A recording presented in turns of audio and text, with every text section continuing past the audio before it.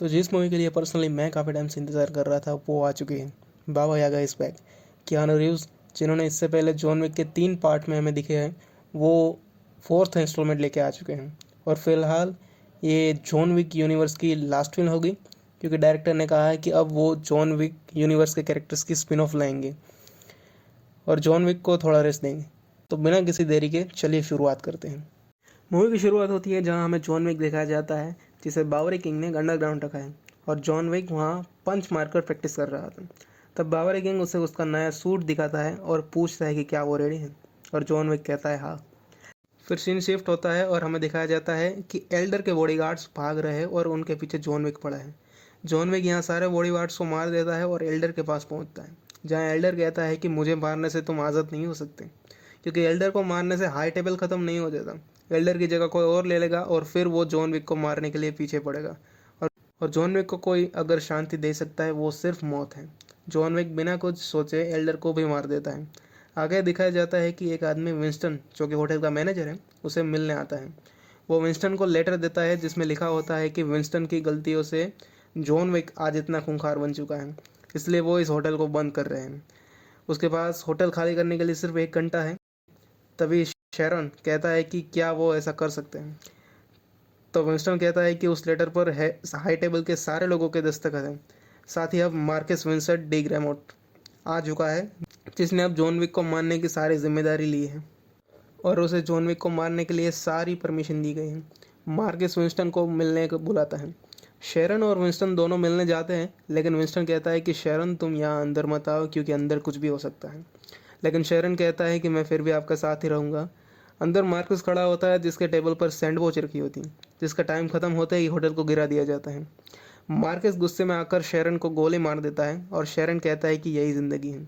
अब फिल्म में केन की एंट्री होती है, जो कि ब्लाइंड होता है और एक असासिन होता है, और वो हाई टेबल छोड़ चुका था क्योंकि वो अपनी बेटी का ख्याल रखना चाहता था। मार्कस उसे कहता है कि तुम मेरे लिए जॉन विक को मार दो। केन मना तो करता है, लेकिन मार्कस कहता है कि उसकी बेटी को उसने किडनैप किया हुआ है, अगर तुम जॉन विक को नहीं मारोगे तो वो उसकी बेटी को मार देगा। इसलिए केन मान जाता है। वो कहता है कि जॉन मेरा अच्छा दोस्त था, इसलिए मैं जानता हूँ कि उसके करीबी लोग बहुत कम बचे हैं। आगे दिखाया जाता है कि ट्रैकर एक असैसिनेशन, जो कि हाई टेबल के लिए काम करता है, और उसे जॉन विक का नाम दिखाया जाता है, जिस पर इनाम रखा है $20 मिलियन का। जॉन विक यहाँ अपने दोस्त और होटल मैनेजर सिमाजू कोजी से मिलने आया होता है। होटल में मार्किस का आदमी आता है, जो कहता है कि उसे कोजी से मिलना है। कोजी समझ जाता है कि यहाँ लड़ाई होने वाली है, इसलिए वो अपने सारे आदमियों को तैयार रहने के लिए बोल देता है।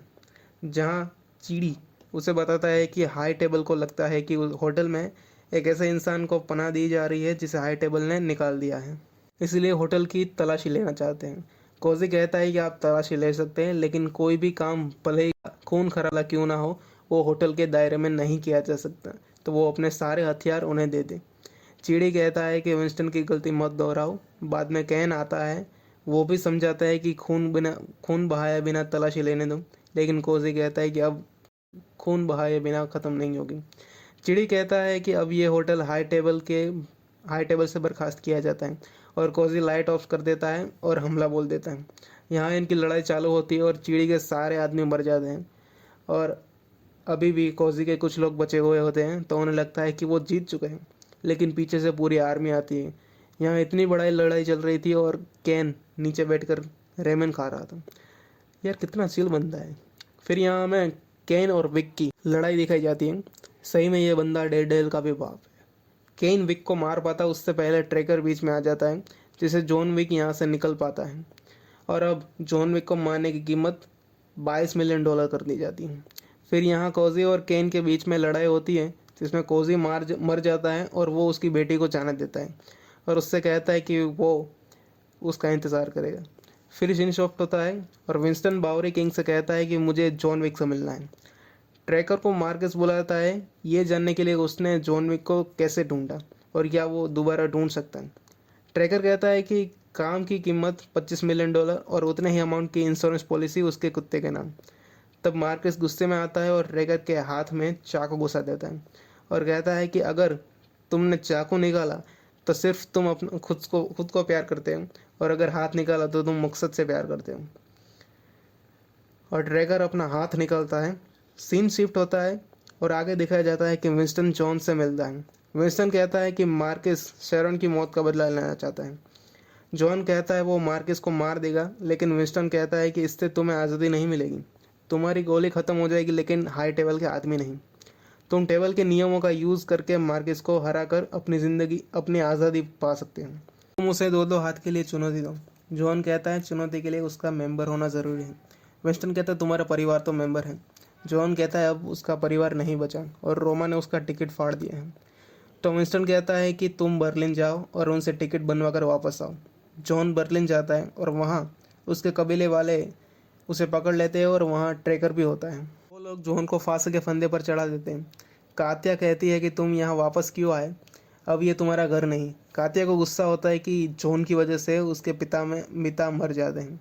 तो जॉन कहता है कि मैं उस आदमी को मार दूंगा जिसने पियोदर को मारा है। तो कात्या कहती है अगर तुम उसके पिता के कातिल को मार दोगे तो वो जॉन को टिकट बना कर देगी। जॉन जाता है किला को मारने जिसने कात्या के पिता को मारा है। वहाँ पर केन पहले से ही बैठा होता है और ट्रैकर भी। वहाँ जॉन को केन पर गुस्सा आता है कि उसने कोजी को मार दिया, क्योंकि वो तीनों कभी दोस्त हुआ करते थे।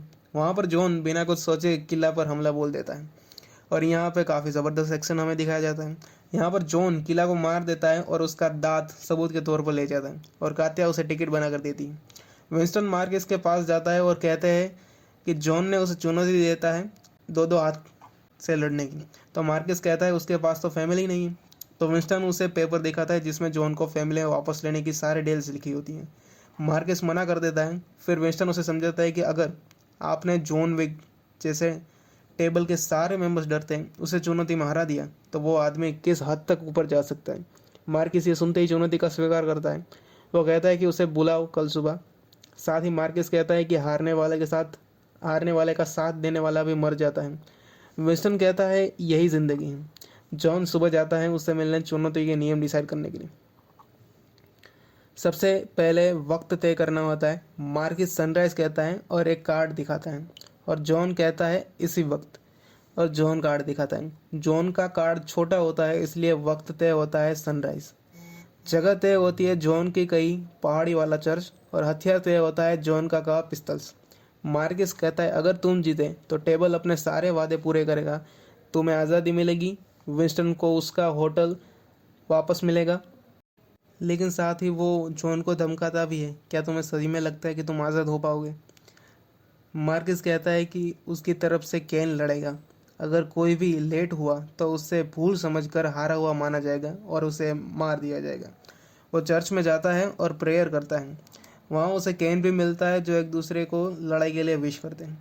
मार्कस बहुत टेंशन में होता है इसलिए वो जॉन विक को मारने के लिए उसकी कीमत $26 मिलियन कर देता है और शहर के सारे असासिन इकट्ठे हो जाते हैं। वहाँ पे जॉन बावरी किंग से मिलता है जो उसे उसका नया बुलेट प्रूफ शूट देता है और साथ ही पिस्तल भी। बावरी किंग उसे चर्च के नज़दीक पहुँचा देता है, लेकिन आगे आने वाला रास्ता बहुत मुश्किल भरा था। जॉन के आगे बढ़ते ही उसकी लड़ाई शुरू हो जाती है और यहाँ से पूरी मूवी एंड तक एक्शन से भरपूर है। यहाँ जैसे जॉन आगे बढ़ता है मार्कस गुस्से में आता है क्योंकि वो जानता है वो जॉन को नहीं हरा सकता। यहाँ ट्रैकर भी उसे मारने आता है, लेकिन जॉन उसके कुत्ते की जान बचाता है और उसका हृदय परिवर्तन हो जाए। ट्रैकर अब उसकी मदद करता है। जॉन पहुंचता है चर्च की सीढ़ी पर, लेकिन वहां पर अससिन पहले से ही खड़े होते हैं। वो काफ़ी ऊपर पहुंच चुका होता है, लेकिन सीढ़ी लात मारता है और जॉन सीढ़ी के एकदम नीचे गिर जाता है। तभी वहां पर केन आता है और वो उसकी सीढ़ियाँ चढ़ने पर मदद करता है, क्योंकि केन ऐसे ही किसी से नहीं लड़ता। जॉन टाइम पर चर्च पहुंच जाता है। दोनों को पिस्तौल दी जाती है और दोनों 30 कदम दूर चले जाते हैं और दोनों को एक दूसरे की ओर निशाना लगाना होता है। दोनों गोली चलाते हैं और दोनों के हाथ पर गोली लगती है। दोनों 20 कदम दूर आते हैं। इस बार जॉन को कांधे पर तो केन को कमर पर गोली लगती है। अब दोनों 10 कदम दूर रहते हैं और इस बार केन फायर करता है और जॉन को गोली लग जाती है और वो दर्द से नीचे गिर जाता है। विंस्टन और ट्रैकर अपना सर नीचे कर लेते हैं क्योंकि वो जानते हैं अब जॉन नहीं जीत सकता। तभी मार्कस कहता है कि उसे आखिरी गोली मारने का मौका दो।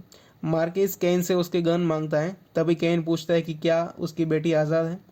तो मार्कस कहता है कि हाँ, उसकी बेटी और साथ तुम भी आज़ाद हो। केन उसे गन दे देता है। मार्किस उसे गोली मारने जाता है और विंस्टन मार्किस को कहता है कि तू अकल का अंधा ही रहा। जॉन ने गोली चला ही नहीं और जॉन मार्किस के सिर पर गोली मार देता है।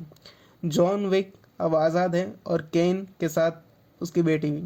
यहाँ जॉन गिर जाता है और सीन शिफ्ट होता है उसके फ्यूनरल पर और यहीं पे मूवी एंड हो जाती है। मूवी में एक पोस्ट क्रेडिट सीन होता है जिसमें कोजी की बेटी केन को मारने आ जाती है। अगर एक्सप्लेनेशन अच्छी लगी तो चैनल सब्सक्राइब जरूर कर लेना। न्यू वीडियो जल्दी डालने की कोशिश करूँगा, तब तक के लिए ये देख लो।